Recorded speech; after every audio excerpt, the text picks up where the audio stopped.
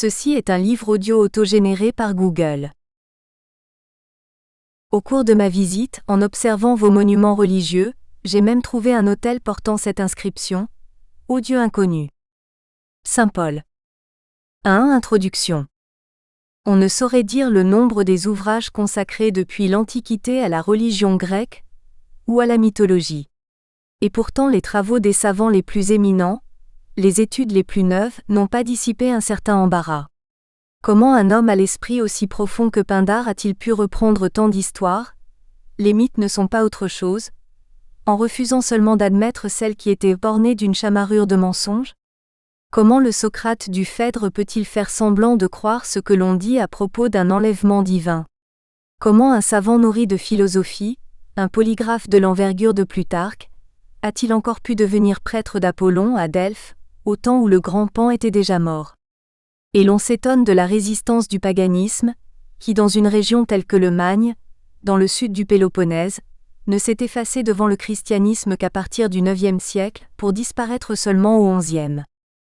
Autre fait remarquable, cette religion morte a continué à vivre.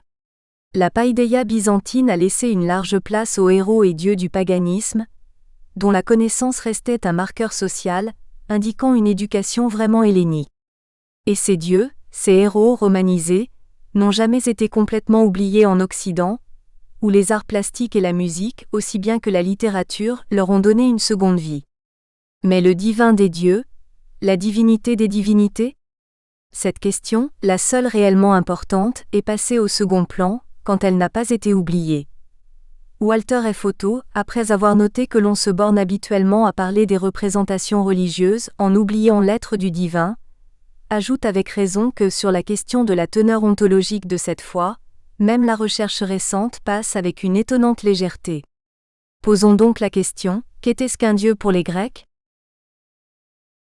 Le mot Dieu?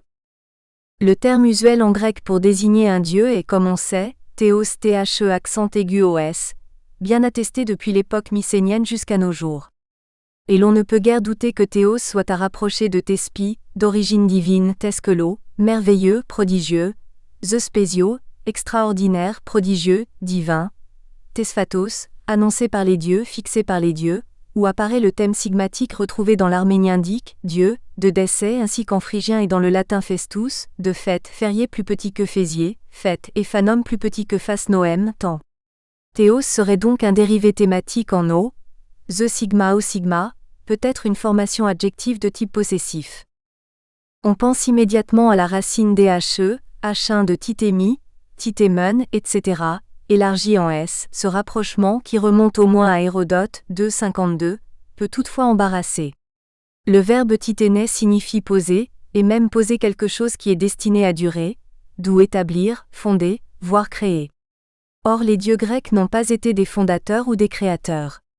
Faut-il donc faire de Théos, avec Carlo Galavotti, il consecrato dall'uomo, en admettant que la signification première de la racine est istituire, solennement, et que le mot a d'abord désigné un cipe ou quelque chose de ce genre planté dans le sol? Michael Meyer-Brugger préfère analyser des H1S, ALSS abstractum im Sinfon, religioses tun, de l'idée de faire, celle du latin facio, feci, dérivée de la même racine, on serait passé à l'idée de pratiquer un rite ou un sacrifice. À moins que du sens de ce qui est posé bâti, on ne soit venu à celui de ce qui est posé bâti dans un lieu sacré. Parfaite au point de vue phonétique, le rapprochement de Théos avec la famille de Titémi doit cependant être mieux justifié au point de vue sémantique. Mais le dieu des Grecs n'aurait-il pas relevé seulement du posé, en cela qu'il se réduisait à un postulat, admis quoique, par définition indémontrable? Nous nous arrêterons à cette explication, la plus simple et qui ouvre la perspective la plus large. Par elle, en effet, devient plus assurée l'existence d'antiques spéculations que l'on mettra sans grand risque en rapport avec tous ceux qui, parmi les ancêtres des Grecs et de bien d'autres, appartenaient à la classe des clercs, prédécesseurs des brahmanes indiens, des mages iraniens, des flamines et pontifes romains, des druides celtiques, partageant avec les rois les responsabilités afférentes à la première fonction du mésilienne. Quoi qu'il en soit, même si le lien entre Théos et Titémi n'est pas resté sensible au locuteur ordinaire, malgré le rapprochement cité par Hérodote, auquel on ajoutera peut-être ce qui, dans les Perses d'Échille, v. 283, pourrait être un jeu de mots. Le grec s'est trouvé en possession d'un mot commode que son origine savante n'empêcha pas de s'imposer. Des noms pour qui n'a pas de nom. Les humains ne se sont pas fait faute de pourvoir les dieux de noms. Échille est sans illusion sur eux, dans Agamemnon, v. 160 à 162. Zeus, quel qu'il soit si cela lui plaît d'être ainsi nommé. C'est de ce nom que je l'appelle. Pour Sophocle, Cypris n'est pas seulement Cypris, mais ce qui ajoute son nom à tous les noms, et une sorte de coefficient venant multiplier le pouvoir de n'importe quel dieu. Elle est Hadès, elle est la vie impérissable. Elle est la fureur du délire, elle est le désir. À l'état pur, elle est le gémissement. Et dans le Philèbe de Platon 12c, Socrate qui dit avoir le plus grand respect des appellations divines veut bien donner à Aphrodite, Cypris, le nom qui lui plaît. Les prêtres et les spécialistes auraient de plus assimilé cette déesse à Héra selon Plotin, et le troisième hymne orphique célèbre, la nuit, origine de toute chose que nous appelons également Cypris, v2. Comment ne pas s'étonner aussi de lire, dans un fragment d'Héraclite, 22b15 d'Ilskranz, que sont le même Hadès et Dionysos pour lequel il délire et se livre au bacchanal, et dans le Prométhée enchaîné attribué à Échille, v. 209 à 210, que Thémis et Gaïa, le droit et la terre sont une forme unique, aux appellations multiples. Comment ne pas s'étonner de trouver en Phrygie des dédicaces à Zeus Dionysos, ou de voir que dès le IIIe siècle avant Jésus-Christ, on put parler d'un Zeus Poséidon, et que selon Ménandre le rhéteur, IIIe siècle après Jésus-Christ, les habitants de Delphes désignaient une divinité unique des noms d'Apollon et de Dionysos. Mais sans oublier celui dans lequel Apollon péant à la bonne lyre paraît ne faire qu'un avec le seigneur Batcho ami du laurier. F 477 Canirt, Lysimnios et Fr 5 jouant Van Looy. Voyons cet autre fragment d'Euripide, F 912 Canirt, Crétois, Fr 7 jouant Van Looy, volume 1 à 3 et 6 à 8. À toi qui règne surtout une verdure nouvelle. J'apporte avec un gâteau que Zeus ou bien Hadès. Sois le nom dont tu aimes être appelé. Car toi, parmi les dieux fils du ciel, tu tiens en main le sceptre de Zeus. Et partage avec Hadès le pouvoir sur ce qui relève de la terre. Et dans les poèmes homériques, un dieu, le dieu, les dieux, Zeus, semblent plus d'une fois des termes interchangeables, 4 manières de dire la présence du divin. Le dieu est même devenu un père, Iupité, plus petit que Iupater, ou en grec, le vocatif zopaté.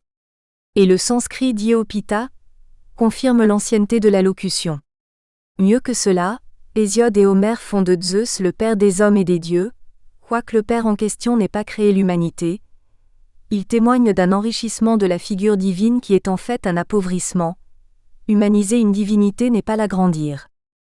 Il existait pourtant d'autres façons de désigner ceux qui n'avaient pas de nom, en parlant des bienheureux, mais aussi des immortels.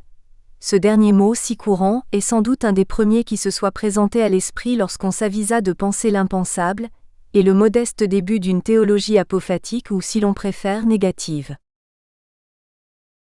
Un dieu est un dieu. La conception d'un dieu posé semble avoir été propre à une seule partie du domaine indo-européen.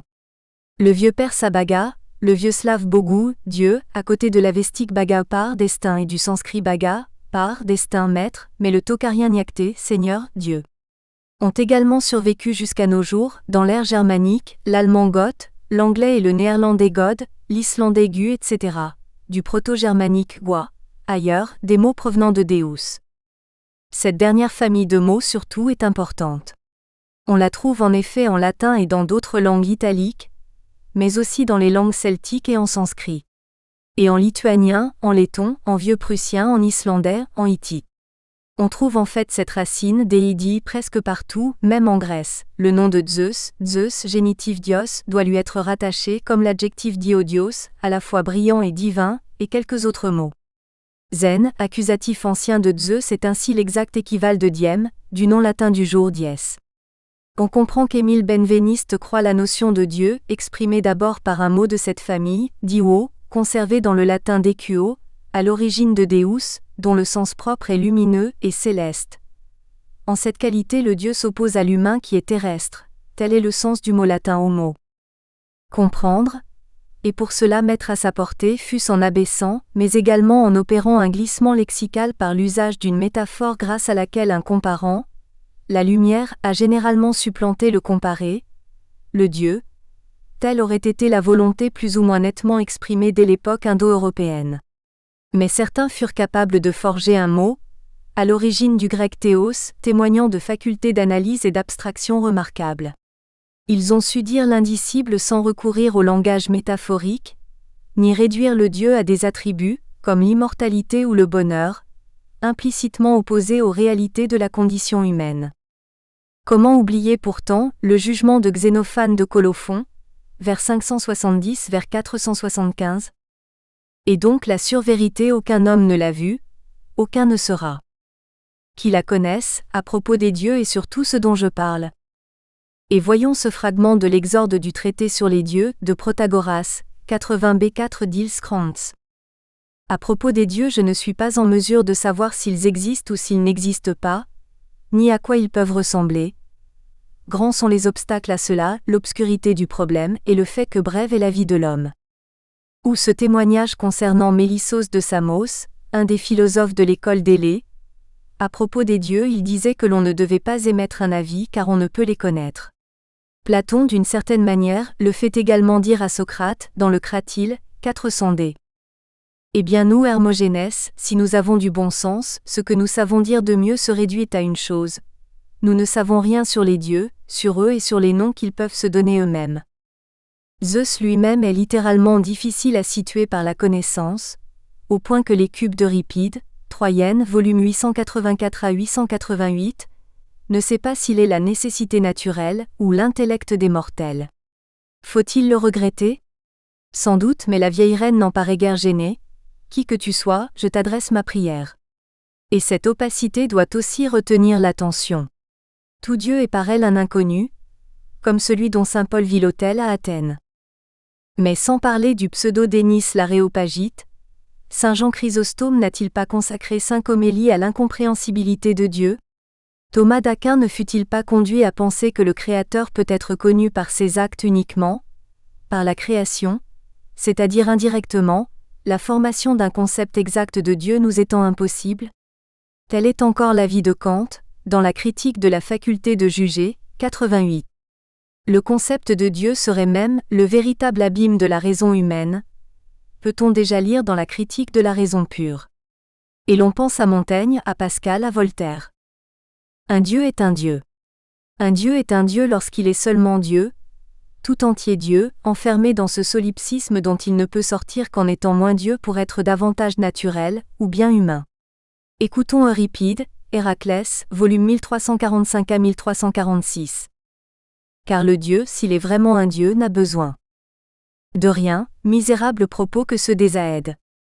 Un Dieu reste secret, inconnu ou plutôt inconnaissable, sans quoi il n'est pas complètement un Dieu, que l'on pense à la difficulté présentée par la simple lecture du tétragramme YHWH, que le Dieu de la Bible livre à Moïse en guise de nom.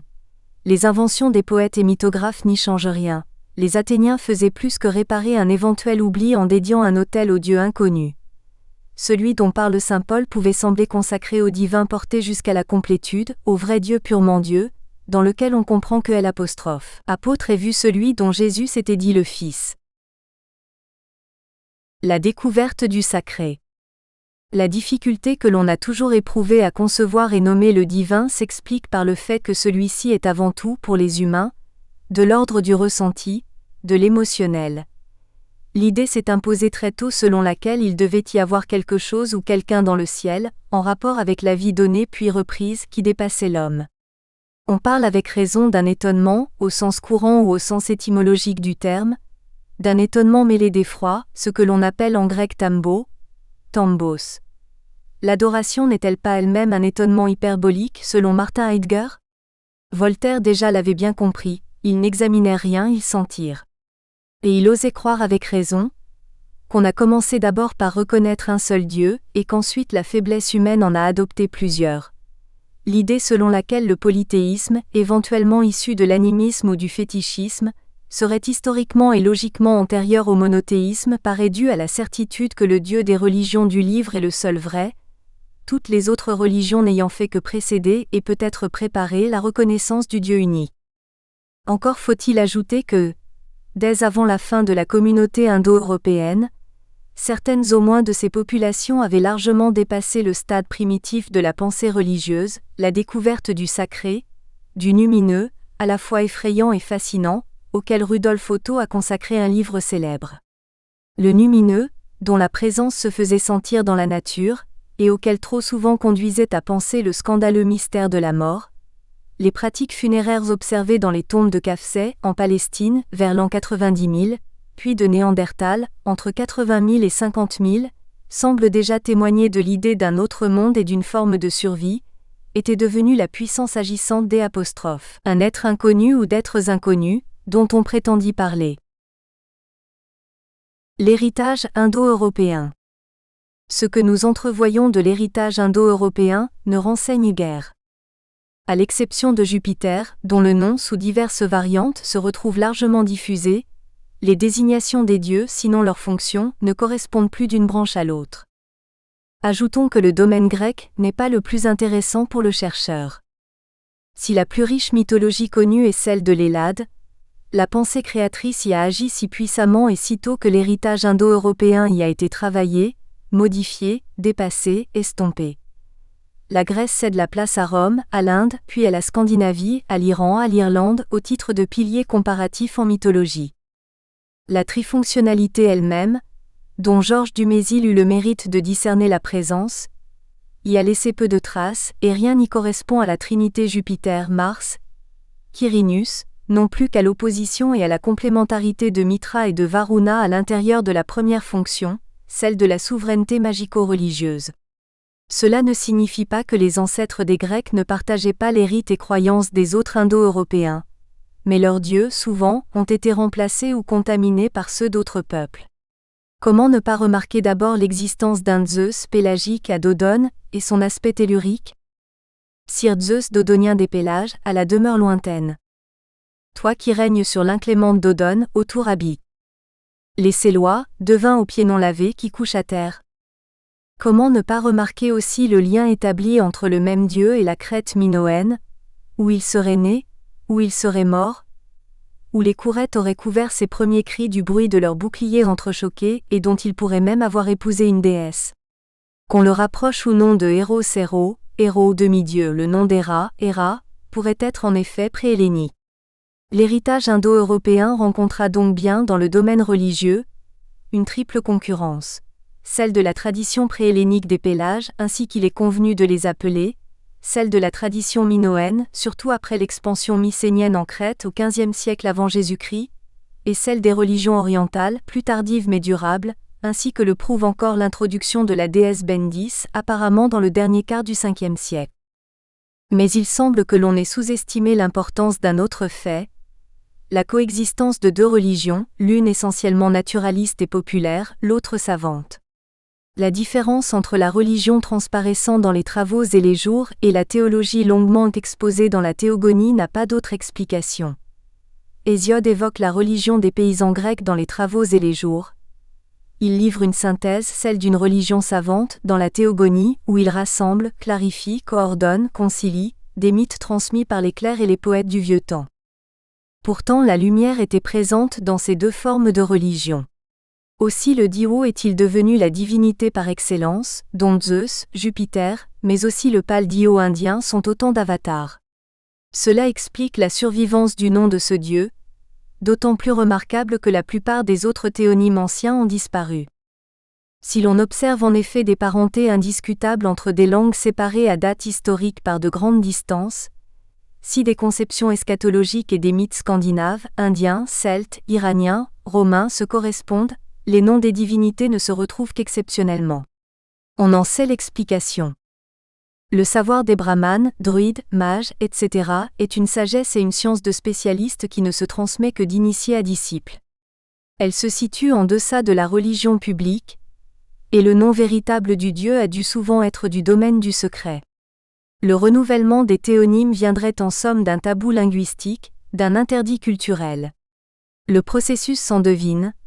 En Inde, en Scandinavie, en Grèce, à Rome, les divinités ont nombre d'épiclèses, de qualificatifs, de quasi-substituts. Mais invoquée par tous, la lumière divine est demeurée surtout à Rome et en Grèce.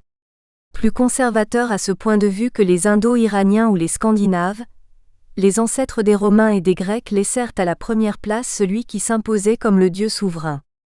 Zeus est resté le grand dieu, dont les autres pouvaient même sembler n'être que des doubles réduits et spécialisés. Car on parla d'un Zeus de la terre, cité par Hésiode à côté de la sainte Déméter, et d'un Zeus de sous la terre, évoqué à côté de la terrible Perséphone. Plutôt qu'une métaphore destinée à grandir le sinistre Hadès, on verra dans ce Zeus de sous la terre, la preuve de l'extension possible du domaine du dieu lumineux à ce qui était le plus éloigné de la clarté du jour. Et le Zeus de la terre rend lourde la moisson comme Déméter, aussi bien que, sous son aspect olympien, il lui donne un heureux achèvement en la menant à maturité. La tendance au monothéisme qui se fait jour dans la pensée d'Échille est donc ancienne. Zeus est l'éther, Zeus est la terre, Zeus est le ciel. Oui, Zeus est l'univers et ce qui le transcende. C'est ce que l'on retrouve dans 2 hymnes orphiques, cités plus complètement dans le chapitre 6. Zeus naquit le premier, Zeus à la foudre étincelante est le dernier. Zeus est la tête, Zeus est le milieu, par Zeus tout est accompli. Zeus est le roi, Zeus à la foudre étincelante est le principe de tout. Le passage du paganisme au christianisme dut être facile en cela. Zeus était déjà l'alpha et l'oméga, le premier et le dernier, le début et la fin. Zeus était le dieu, Zeus était tout. Mais aussi le dieu de lumière n'a pas été pensé en Grèce comme le Jupiter romain, conformément à l'idéologie tripartie des Indo-Européens. Le brutal Arès n'est pas Mars, à peine est-il même un immortel car il a failli mourir, et quel dieu rapproché de Quirinus. Les Romains ont constitué un ensemble trifonctionnel en adjoignant 2 divinités italiques à Jupiter. Les Grecs ne l'ont pas fait. Et comment auraient-ils gardé pareil ensemble intact après leur rencontre avec les sociétés pré-helléniques ? Car si l'on peut douter que cette rencontre ait littéralement fait exploser la trifonctionnalité, les changements consécutifs à la fusion partielle des nouveaux arrivants avec les agriculteurs-éleveurs autochtones, la découverte de nombreuses divinités et d'un autre mode de pensée, à quoi s'ajouta l'influence d'une civilisation plus avancée à bien des égards, porteuse d'une conception différente du monde et des dieux, celle de la Crète, réduisirent la prégnance des apostrophes, une idéologie conçue pour le monde des steppes et des nomades ou semi-nomades. De leur passé indo-européen, les Grecs ont donc surtout gardé un dieu, le dieu par excellence, qui pouvait remplacer tous les autres. Tout se passe comme si la pensée trifonctionnelle, si présente dans les religions romaines, indo-iraniennes, scandinaves, avait dû s'arrêter pour eux, après la conception d'une divinité rassemblant tous les attributs de la première fonction. Hésiode fait épouser à Zeus la brillante loi, qui vient compléter son pouvoir de roi divin, mais aussi Métis, l'intelligence rusée que Zeus finit par absorber. Penser la divinité. Bien avant que Socrate eût fait descendre la philosophie du ciel sur la terre, bien avant les 7 sages et les penseurs ioniens du VIe siècle, les ancêtres des Grecs ont su distinguer le religieux du profane et l'abstrait du concret, le général du particulier, l'immanent du transcendant. Ils se sont appropriés des catégories de pensée à l'efficacité remarquable en se détachant aussi de la réalité, vécue ou supposée, pour prendre du recul et clarifier, distinguer, classer, conceptualiser sans recourir obligatoirement à l'apostrophe. Idéologie tripartie grâce à laquelle les Indo-Européens avaient trouvé une cohérence au monde, tant humain que divin, en montrant la complémentarité de ses composantes. Cette idéologie, prétendant tout ramener aux notions de pouvoir magico-religieux, de force brutale et de production, devait avoir perdu de sa vigueur et ne plus imprégner toujours la perception de la réalité. Peut-être parut-elle aussi manquer de souplesse. Et l'on parlerait aussi bien de la résistance d'un monothéisme ancien, que du désordre d'un panthéon bouleversé par l'intrusion de divinités étrangères. Revenons à la séparation établie par la langue entre le dieu, théos, un dieu, Zeus, et la lumière du jour. Nulle structuration, nulle construction idéologique dans cela, mais 3 façons de penser qu'il n'y a pas à hiérarchiser. Seuls, à notre connaissance, les ancêtres des Grecs ont distingué, au plus tard dès le 3e millénaire avant Jésus-Christ. 1. Une pensée discursive et pratique, s'attachant à une réalité entièrement objectivée, faisant d'une chose une chose et non pas une image, un symbole, un signe, un présage. 2. Une pensée mythique, dont le développement allait être exceptionnel. Elle n'a pas donné seulement une mythologie toujours capable de nous séduire, et une abondante littérature, le mythos étant une autre façon d'appréhender le monde et la réalité. Car le mythe ne doit pas être pris au mot, mais pris au sens. Il découvre une région ontologique inaccessible à l'expérience logique superficielle. Et ajoute Claude Lévi-Strauss, la logique de la pensée mythique nous a semblé aussi exigeante que celle sur quoi repose la pensée positive, et dans le fond peu différente. Car la différence tient moins à la qualité des opérations intellectuelles, qu'à la nature des choses sur lesquelles portent ces opérations. 3. Une pensée discursive et spéculative, qui dut attendre un long temps avant de l'emporter, pas toujours, pas complètement, sur la précédente. Celle des métaphysiciens et plus généralement, des philosophes et des savants, comme disait Pascal. Et celle des théologiens. On ne s'étonnera pas de l'existence, à date très ancienne, d'une pensée pratique. Claude Lévi-Strauss, dans le livre qu'il a consacré à la pensée sauvage, rappelle de manière un peu provocatrice que l'homme du néolithique ou de la protohistoire est l'héritier d'une longue tradition scientifique. Il parle d'une prolifération conceptuelle correspondant à une attention plus soutenue envers les propriétés du réel, d'un intérêt mieux en éveil pour les distinctions qu'on peut y introduire. Cet appétit de connaissance objective constitue un des aspects les plus négligés de la pensée de ceux que nous nommons primitifs. Quant à la pensée mythique, l'importance qu'elle a gardée dans le monde moderne, l'usage qu'en font la politique et la publicité, les mythologies modernes dénoncées par Roland Barthes montrent qu'elle ne se réduit pas à l'invention de belles histoires. Le mythe ne constitue pas un abandon pur et simple à une pensée fabulatrice et gratuite, analogue à celle du rêve ou de la poésie. Le mythe ne se situe pas en dehors du réel, puisqu'il se présente comme une forme d'établissement dans le réel.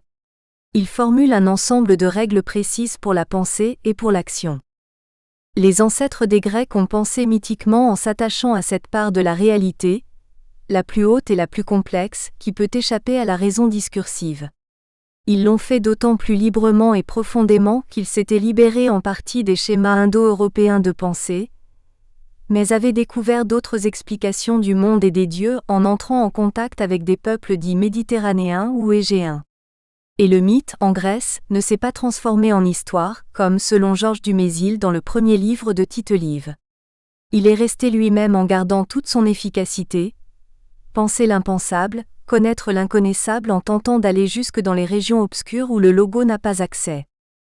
Pascal avait déjà relevé, dans un passage fameux de son écrit de l'esprit géométrique, que l'entreprise de l'intelligibilité radicale rencontre une limite dans la structure même de l'esprit humain.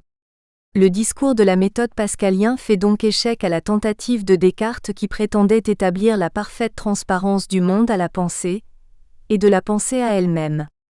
En fait, la limite à l'initiative de l'intellect se rencontre toujours dans la nécessité d'admettre un certain nombre de présupposés qui définissent et orientent l'affirmation de l'être dans le monde. Le mythe désigne ce mode de vérité qui n'est pas établi en raison, mais plutôt reconnu par une adhésion en laquelle se dévoile une spontanéité originaire de l'être dans le monde. Les Grecs, ou plutôt leurs ancêtres, ont toutefois pensé déjà le divin comme des philosophes et des savants, en allant jusqu'à poser un postulat, le Dieu, dont la vérité s'imposait à l'esprit. Encore ne faut-il pas oublier que les dieux grecs sont des puissances avant d'être des personnes. Jean-Pierre Vernant va plus loin, les dieux helléniques sont des puissances, non des personnes. Certes, le monde divin n'est pas composé de forces vagues et anonymes. Il fait place à des figures bien dessinées, dont chacune a son nom, son état civil, ses attributs, ses aventures caractéristiques. Mais cela ne suffit pas à le constituer en sujet singulier, en centre autonome d'existence et d'action, en unité ontologique, au sens que nous donnons au mot personne. Une puissance divine n'a d'être que par le réseau des relations qui l'unit au système divin dans son ensemble. Ce n'est pas tout, car longtemps avant que Carl G. Jung eût admis la présence dans la part collective de notre inconscient, d'une imago Dei, image archétypique de la divinité faisant que la figure du Dieu soit en premier lieu une image psychique, un complexe représentatif de nature archétypique que la foi identifie à un ins métaphysique, Épictète a fait du Dieu caché un Dieu intérieur. Malheureux, tu emportes Dieu avec toi, et tu l'ignores. Tu crois que je parle d'un être extérieur, en argent ou en or ? Tu le portes en toi-même et ne t'aperçois pas que tu le souilles et par des pensées impures et par des actes malpropres. Alors que Dieu est présent en personne à l'intérieur de toi, qu'il observe et écoute tout, n'as-tu pas honte de penser et agir de cette manière ? Et l'on pense également à Plotin, au pseudo-Dénis l'Aréopagite, à Alexandre d'Aphrodisias. Idée de philosophe sans doute un peu tardive, mais d'autant plus remarquable que l'intellect de chacun, on le verra, put être assimilé à un génie. Les Indo-Européens puis les Grecs ont donc pensé pratiquement objectivement la réalité et mythiquement la divinité, à commencer par un Dieu-lumière paternel. Toutefois, même pour ce qui concerne le divin, un troisième type de pensée ne leur était pas étranger. Les prêtres de Dodone y avaient recours au temps d'Hérodote, lorsqu'ils prétendaient rattacher Théos à la famille de Titémie. Cet usage de l'étymologie était pour eux un moyen d'appuyer sur un fait, une réflexion qui n'avait plus rien de mythique. Purement déductive, elle tirait d'un fait, encore incertain, une conclusion des plus intéressantes. Les dieux auraient été indistinctement les fondateurs et les ordonnateurs de l'univers. Aussi pouvaient-ils être pensés comme tels, en tant que théorie anonyme et sans spécialisation, plutôt que mythiquement, en tant que personne pourvue d'un nom, d'une légende, de traits de caractère, de qualité, de défauts, de pouvoir ou intérêt particulier, toute chose qui les rapprochait de l'humanité mais aussi reposait sur des a priori. Considérer qu'un Dieu suprême est et doit être lumière, considérer qu'il est et doit être un Père, à la fois craint et révéré, est en effet céder à une manière de penser riche de présupposés.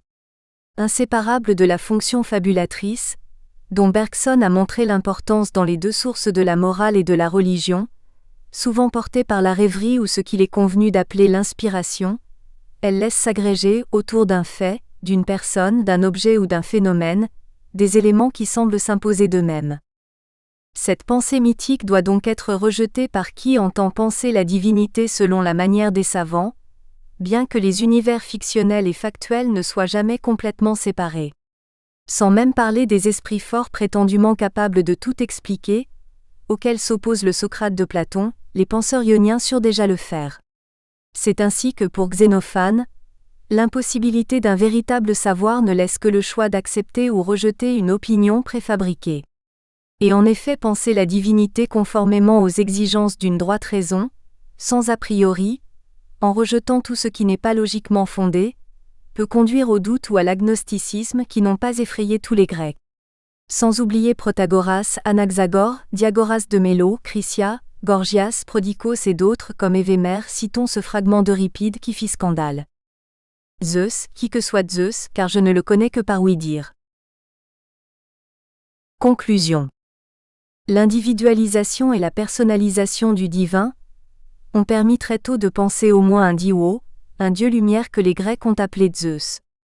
Et cette individualisation, cette personnalisation, ont humanisé le divin en faisant de l'impensable un objet de pensée, en faisant de celui que l'on ne pouvait ni connaître ni représenter un père entouré d'une famille parfois indisciplinée, un roitelet céleste au pouvoir disputé, mais également un Dieu suprême tendant à englober tous les autres. Devient ainsi moins surprenante une absence dont on oublie de s'étonner, et pourtant unique ou presque, celle d'un prophète, d'un messie, d'un sage fondateur. Et l'absence d'un enseignement, consigné plus tard dans un livre saint. Et déjà celle d'une révélation, témoignant de l'expérience vécue par un homme exceptionnel, la présence du Dieu. La psychopathologie et l'ethnologie montrent que le phénomène originel de toutes les religions est la mystique. L'expérience vécue de l'union avec Dieu, estime Ernst Troch, ici résumé par Martin Heidegger. C'est ce qu'oblige à nuancer la religion grecque. Mais celle-ci, qui s'est passée de tout grand mystique, a bénéficié en revanche de la réflexion d'intellectuels qui ont précisé, rationalisé une intuition collective ancienne, en allant, si nous avons bien compris Théos, jusqu'à voir dans le Dieu un postulat. 2. Des dieux uns et multiples. On ne sait pas quand le grand Dieu indo-européen, le Diwo, est devenu en Grèce, celui de toute une communauté considérablement élargie par l'absorption plus ou moins complète d'une population autochtone essentiellement rurale et regardant, peut-on croire, moins vers le ciel que vers la terre. Pourtant il est sûr que la pensée des nouveaux venus eut peine à s'imposer. Le caractère hétéroclite du panthéon grec est évident, et la légende conserve le souvenir de rivalités divines qu'il est tentant de rattacher au trouble engendré par cette rencontre. Zeus, qui s'est emparé du pouvoir par la force en luttant contre les titans et son propre père, Cronos, qui l'a enfermé dans le Tartare, voit son pouvoir menacé par les géants puis par Typhon. Et les autres Olympiens prétendent l'enchaîner, triste sort auquel il n'échappe que grâce à Thétis. Celle-ci, qui n'aurait donc pas toujours été une obscure déesse marine, appelle à l'aide le monstre aux 100 bras, Briareus, autrement appelé Égaion. Et il doit encore menacer lorsqu'il veut, par exemple, obtenir que nulle divinité n'intervienne dans les combats devant Troie. La pensée mythique à l'œuvre dans la Grèce du 2e millénaire avant Jésus-Christ semble avoir été particulièrement active, renforcée par la nécessité de concilier des traditions différentes et qui parfois se contredisaient. Mais ce n'est pas tout, car l'image du grand dieu, à la suprématie contestée même par son épouse Héra, par son frère aîné, Poséidon, par la fille née de sa tête, Athéna, évolua. Celui que l'on disait lumière est devenu un souverain tantôt coléreux, tantôt débonnaire. Zeus, que la comédie ne ménage guère et qui n'avait obtenu des poètes homériques qu'un respect tempéré d'ironie, n'exerce pas dans le monde un empire très assuré. Pourtant, de très nombreux champs d'action lui ont été attribués, ainsi qu'en témoigne une multitude de qualificatifs. Un dieu atomisé. On connaît un Zeus Aïtrios, serein Astéropétès, qui lance des éclairs Brontaios, tonnant Euénémo ou bien Ourios, du bon vent, du vent favorable Uesio ou Ombrios, de la pluie. Ikmaios, humide Kataïbatès, qui descend, Kéronos, foudre Maïmactès, déchaîné, Néphélégereta ou accent aigu Pélégeretes, assembleur de nuées, Scotitas, ténébreux, Terpikéronos, qui aime la foudre. Il semblerait donc que le lumineux lié au ciel diurne ait pu se dégrader, au point de n'être plus que météorologie. Dieu serein, mais plus souvent assembleur de nuées qui pourtant voilent la lumière, Dieu de la pluie, et par là humide, Dieu déchaîné, qui lance des éclairs et aime la foudre qu'il est lorsqu'il devient Kéronos ou celui qui descend bruyamment et brutalement dans tout son éclat. Ce Zeus a peu de rapport avec une quelconque métaphysique de la lumière. Celui que l'on disait toujours Upatos ou Uspito, suprême, très haut, et surtout Aetherios, de l'éther, ou bien Uranios, céleste, avait en réalité quitté le haut du ciel pour le haut de la terre. Il n'était plus que le dieu de la montagne, du sommet ou des sommets, de la crête, de la pointe. Ou le Zeus, de l'Aïnos, plus haut sommet de l'île de Cépholénie, de Etna, du mont Enkesmos en Attique, du mont Apésa près de Némée, du mont Ataburion à Rhodes, du mont Dictée en Crète, de l'Homolais, en Thessalie, de l'Hymette, à Athènes, de l'Ida en Crète, du mont Itomée en Messénie, du Casio, montagne de Syrie, du cap Kénaïon en Eubée, du Cithéron, entre l'Attique et la Béotie, du Sainte, à Délos, du Lycée, mont d'Arcadie, du Parnès, en Attique, du mont Pélanaïon, plus au sommet de Chios, et même plus tard du Capitole, où très souvent Zeus Olympien, voire l'Olympien. Il était devenu terrien au point de descendre dans la plaine pour être Zeus Géorgos, laboureur Épicarpios ou Carpophoros, des fruits qui apportent les fruits, Leucaios, du peuplier blanc Morio, des oliviers sacrés, Oporéus, de la saison des fruits ou Pélorios, des Péloria fêtes thessaliennes de la moisson. Les terres où il descendit. On connaît un Zeus Crétagénès ou Crétogénès, né en Crète, et un Zeus de Crokéé en Laconie, de Lacédémone, où il était honoré parallèlement à Zeus Uranios, de la Persée, un des dèmes athéniens, de Némée. Mais lui que l'on disait le dieu grec, et même de tous les Grecs Zeus Hélénios et Panhélénios, le dieu des pères Zeus Patroo, était aussi un dieu carien, Zeus Carios, de Labranda, de Larisa, de Londarga, de Narasa, de Panamara, lorsqu'il n'était pas crétois car on a longtemps montré dans la grande île aussi bien le lieu de sa naissance que celui de sa mort. Ajoutons un Zeus d'Olycaios ou d'Olyréno, héritier du Baal de Dolyré, en Comagène. Quant à son aspect paternel, il ne fait plus qu'expliquer éventuellement la bonté de Zeus Alexikakos, qui écarte le mal, Apémios, qui écarte les épreuves, Aphésio ou Eleuthérios, libérateur, Épidotès, dispensateur, Hexakester ou Hexakesterios, guérisseur, Ikésio, des suppliants, Mélirio, favorable, qui a pu être invoqué comme un démon de la fertilité et de la fécondité, Ploutoudoutès, qui donne la richesse, Prostropaios, vers qui l'on se tourne, Xénios, hospitalier, et surtout celle de Zeus Sauté, Le Sauveur honorait tout particulièrement à la fin des dîners de fête, où l'on offrait des libations au bon génie, à Igi et au Sauveur. Cette bienveillance plus ou moins paternelle doit-elle être mise en rapport avec le rôle prêté aux dieux dans la vie sociale et politique?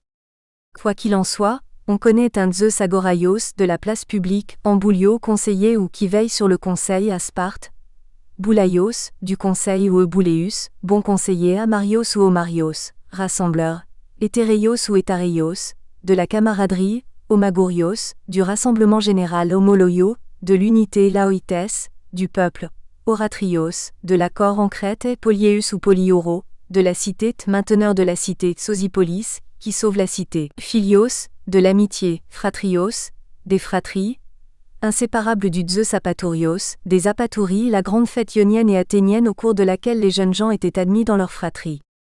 Le dieu pouvait toutefois montrer l'étendue de son pouvoir en tant que Zeus Basileus, roi, accent aigu P accent circonflexe P accent aigu T accent graves ou epopsio, surveillant ou superviseur à Athènes, égetteur, guide, cosmétès, ordonnateur.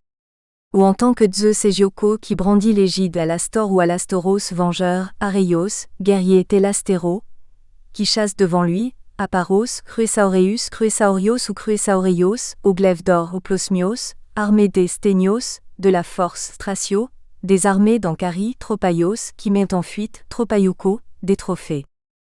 Encore semblait-il mieux dans son rôle en tant que Zeus Orchios, des serments, Catharsios, purificateur Moiragetes, qui guide le destin, Sémaléos, qui envoie des signes, Téléios, Épithéléios, Télésurgo ou Télesphoros, de l'achèvement ou qui exauce, Terrastio, qui émet des signes ou qui cause des prodiges. Ou en tant que Zeus Erkeios, de la clôture Orio, de la borne ou de la limite, Clarios, du lot ou de l'héritage, Catésio ou Patio, du bien acquis à commencer par les provisions, Patio de la possession. Zeus protégeait les biens comme il garantissait les serments et la réussite des actions humaines, ou exauçait les prières.